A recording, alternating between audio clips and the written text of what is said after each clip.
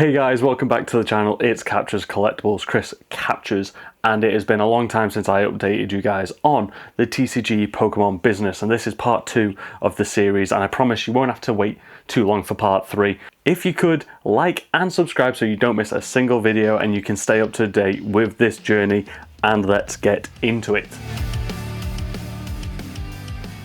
So, like I mentioned in the previous part, so long ago, I used my personal collection to start the business. I had a daughter, I was working full time, and we were doing WhatNot on the side.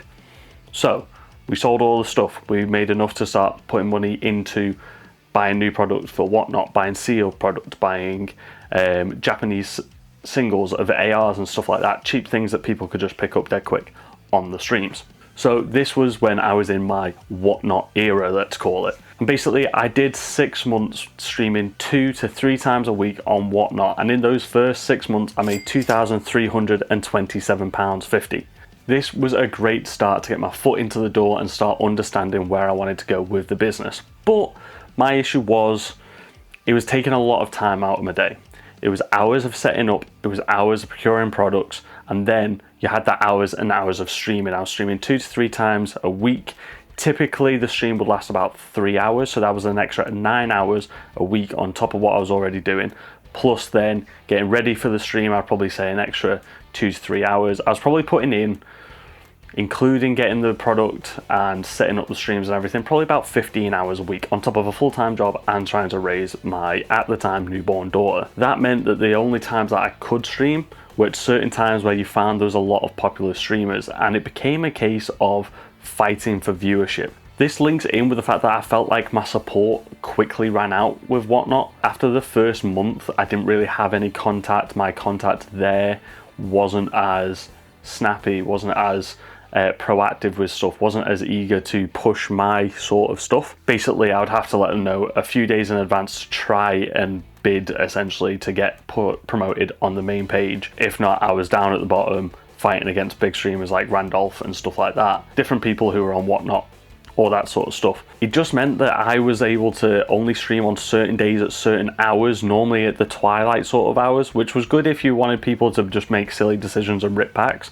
but if you were trying to sell singles, it just didn't work really. You didn't have enough people in there to push the bidding or anything like that, and you would always want to start it low, but what you could feasibly lowest sell it at, but oftentimes you would run things and they just wouldn't sell because there wasn't enough people there, or they would go dead cheap because people weren't bidding against each other. I managed to create like a small core, like 5 people who would return every time, but obviously they're not spending money multiple times, 2-3 times a week. But they are great to build the atmosphere, have people constantly talking, you're constantly having something to feed back against.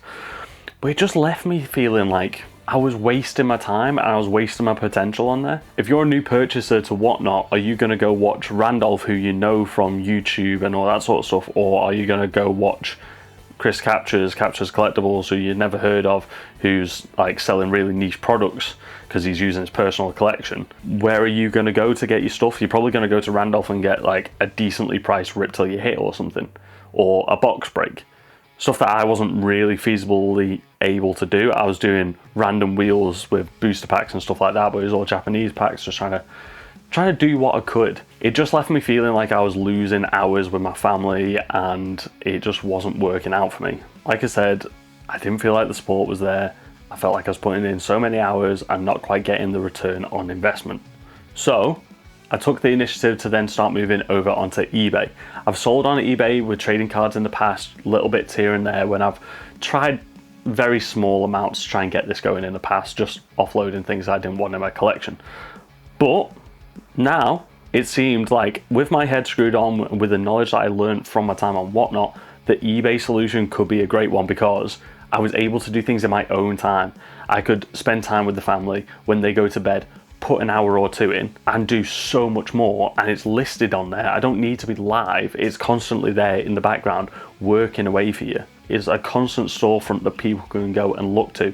If it's 3 AM, someone's on a break on a night shift and they're building a new magic deck or something like that, they can go and find the singles that they need and stuff. It's a great place to go. So I felt like my time was so much better invested into listing stuff on eBay. I was able to just organize stuff in my own time. And once I was organized, I could have a card listed in 2 minutes. Take a few quick photos, list it with all the information there on the card, do a little bit of research as to what it's going for and what quality, and then it was instantly there and it lived there for ages and ages and ages. The only thing then was deciding, did I put the stuff on auctions or did I put stuff on Buy It Now? If I put it on Buy It Now, I know I'm getting the price that I want for that. I always try and list it for equal to market. Whatever the last average 5 solds are, that's what I'll list stuff at, so I know that it will sell. I don't want to rip anybody off. This is a hobby for everybody of all ages, so I want to make sure people can get it for the price that the card is worth. I don't want to rip anybody off. The thing is, sometimes with big hits, they fluctuate a lot. What I found was the ones that I put on auction were the bigger hits. This was stuff like my graded Namis from One Piece, and stuff like graded One Piece cards were going great on eBay. I found eBay was so good for One Piece, better than the in-person shows that I've done since, but we'll get onto that another time. Stuff like these big hitters, Manga Rare Draco Mihawk for 1.1k, that would not move on WhatNot for that price. It just wouldn't. Whereas on eBay, I can list it on an auction. I can list it starting from what I'm happy with, say maybe the lower end of market, starting about $9.50. I could list it there and people could bid on it, and chances are it would get somewhere around that 1.1k, which is what I'm looking for. That's the average last sold. Sometimes you could creep a little bit over, which helps sweeten the deal for postage, packaging, security on it, all that sort of stuff. So that was my intention to moving over onto eBay. So what was I purchasing? Where was I getting my stock from? Where was I getting my inventory from? Because a lot of my bulk collection was just commons and uncommons. It was stuff that I had ripped myself. So they go great at shows, but on eBay, it would take me so long to list thousands and thousands of random bulk cards that chances are most of them wouldn't sell.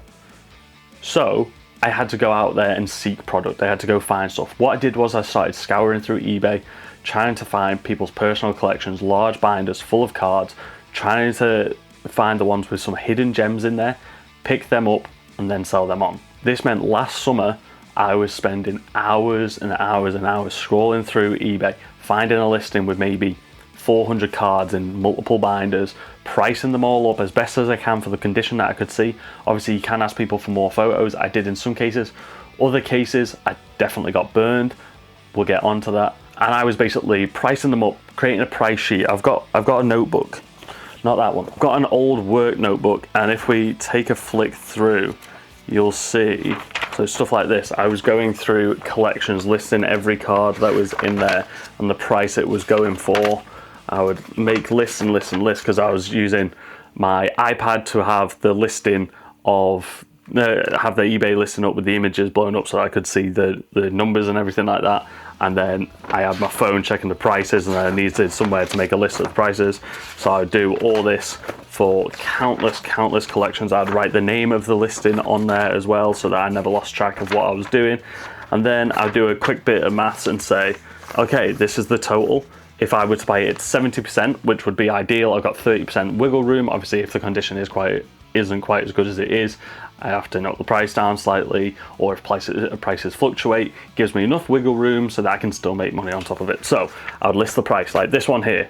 It was a Pokemon TCG binder collection, over 250 cards was the name of it. I've got the name of the username there so that I didn't get it mixed up with anything else. The total of the cards I estimated to be about £933. So I knew if I wanted it for 70%, my max bid could be 653. Or if I wanted it at 80%, which was pushing it, but I'd still have wiggle room, £750 approximately.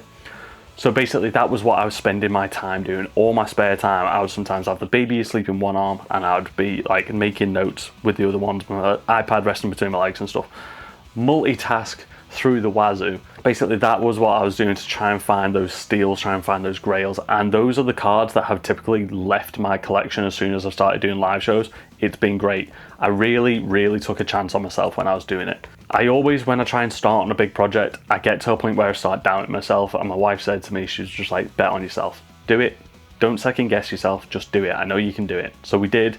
I invested every spare bit of cash that I had, maybe a little bit more, but I knew that the return on investment would be great. So we did that and it's paid off. They were the cards that I was selling on WhatNot, that I was selling on eBay, that I then went on to sell on my booth. I've still got quite a lot of those cards, but I would say probably about 70-80% of those cards have moved through the store and I've got my profit on top, which has then gone back into the business to buy more cards, trading cards, all that sort of stuff. So one of the other first things that I did, even before starting on WhatNot, I went through my collection to see what I could list and stuff like that, roughly what prices they would go for. Went through and I pulled out what I thought would be worth grading. Obviously you had your big hits like the generation promos for Pikachu, Charizard, Blastoise and Venusaur, like they go like crazy. I got mine that I got graded, then I bought some in on collections, which are so difficult to price those cards, but they're definitely worthwhile. If you can get them in a decent grade, people will buy them. So I went through and I priced stuff at a place that I thought that if they came back a 5, because I had never sent stuff off for grading before, if they came back a 5, then I would break even or make money selling the slab with the price of the card and the grading on top. Other ones I was thinking, okay, I estimate this will come back a 7. If it sells in a 7, I'm up on cash, no worries. That's a worthwhile investment sending it. Obviously, if they get better than that, great. I never sent anything off that I didn't think looked great to my eye. Check the centering and stuff like that. My only issue is, did they have fingerprints on maybe, or I wasn't using a magnifying glass or like a little jeweler's, I can't remember what they're called, the little jeweler's magnifying glass that people at shows are often doing. I see people at booths next to me doing that before they send some cards off with Black Label at a show. I wasn't doing that. I was going off vibes and I was going off my own eye and my own judgment. There'll be a video coming out on that ace grading submission soon. I filmed that ages ago, didn't get around to editing it, but there we go. It's there in the background. You'll see it soon. I literally just saw that there was a post on the Discord saying that there was slots available for ace grading, and I thought, oh, get on it now. And then, look, there is literally a queue to get onto the ace grading website to try and sign up for submissions, and I've got all my cards here waiting. I think I've got 22 to send right now, so I'm going to sort them out. Hopefully there's some standard slots left, because that's all I can afford right now. That's all the budget from the Souls product will allow us to do for some of these. So hopefully we can get in. So this was saying 15 minutes, literally like 2 minutes ago, and it dropped down to 3 minutes, and now it's saying 6 minutes. So the time is kind of weird. I think everybody obviously going through different stages of the checkout and more people joining the queue and stuff like that. But I've got my cards here ready. Got 19 here. I've got one more on the way. So I might risk putting that in. Yeah, I don't think we need to send this just yet. That could maybe be a batch 2 where we're at 3 minutes. I'm super hoping the standard slots left. If not, I'm going to be really upset. Oh, we are in. Grading, service closed, finals. Damn it. I got in here as soon as I saw the notification I was about. So then I had graded cards for my eBay and for later on doing a show. By this point I had booked onto Evolution. It was called Solution at the time. It was a mixture of Celestial and Evolution, 2 local shops to me, working together on a show. I booked onto that. That was my first one. That was in November, I believe. So having started this in early summer, I had to wait till November to do my first show, but I had to work up some money to justify doing that and buy all the equipment. I went for hours and hours with my mate who helps me do the show, Sam, Clayton Visuals. If you're looking to get married and want some wedding photos in the UK, make sure you check him out. So we wrote lists and lists and lists of things that we need, stuff that we would want, running orders, how we were going to organize stuff, how we were going to lay out the booth, which point of sale platform would be best for us, all that sort of stuff. Went through it all. So I had to buy all the equipment. So I needed to invest the money that I was getting from eBay and WhatNot into setting up for the show. So I've already told you the numbers that I made in 6 months on WhatNot. And after I started listing on eBay, I pretty much cut off WhatNot at the same time. It was just before Christmas. So in the 6 months between stopping WhatNot and then the new tax year starting, there was a little bit of overlap. But on eBay, I made £1,780 there or thereabouts. And that was 6 months working significantly less hours on it, being able to choose my times more carefully, not having to worry about who else was working at the same time. And it just works so much better. Yes, it's lower. It's about, what, £500 lower in the same amount of time. But for the significant amount of hours, I can't put a price on that. I can't get that time back with my family. So it was definitely well worth it. It also means that I'm building an eBay presence, which then my reviews and everything on there are legacy. Like it proves that the shop, my ability to trade is good. So yeah, that is where the business was at the time. And in the next video, I'm going to be talking about the shows that I've done. Solution, Northwest Card Show, that Collectables show in Liverpool, Preston Card Fest, Northwest Card Show 2 more times. Yeah, it's been crazy. It's been a busy year. Things are going so well. We are growing. So stay tuned, because the next couple videos will be vendor POV videos, which I'm so excited for. I've been able to use the money that I made at the shows to invest in new equipment. I got a Osmo Pocket, which is what you'll see the newer videos being shot on. I had my friends come down to help me do socials and work on the booth with me. It's been a great time. I've met so many great people. I feel like I'm thoroughly a part of the community in the northwest of England now for trading cards. Even people who have traveled from further afield as well. It's been great to meet everyone. And yeah, hopefully things keep going well, because now, like I said, I'm out of work now, I've been made redundant, so I need to bank on this doing well. I am putting so much more effort in. That's why you see more of these videos. Big push on marketing, big push on content, growing the socials, growing the brand, because people who meet me and come to me at shows know that like I get so much great feedback. I don't want to toot my own horn. I feel like I could go really far with this. So I now am using all the spare time into keep pushing this. It's a wild ride. Fingers crossed, and come along for the journey with me. Like I said earlier, like and subscribe. If you want to hit that bell so you don't miss a single video, please do. It helps me so much. Follow me on socials. Captures Collectables on Instagram is the best place to find me. And yeah, I'll see you guys in the next video for some vendor POV. Bye.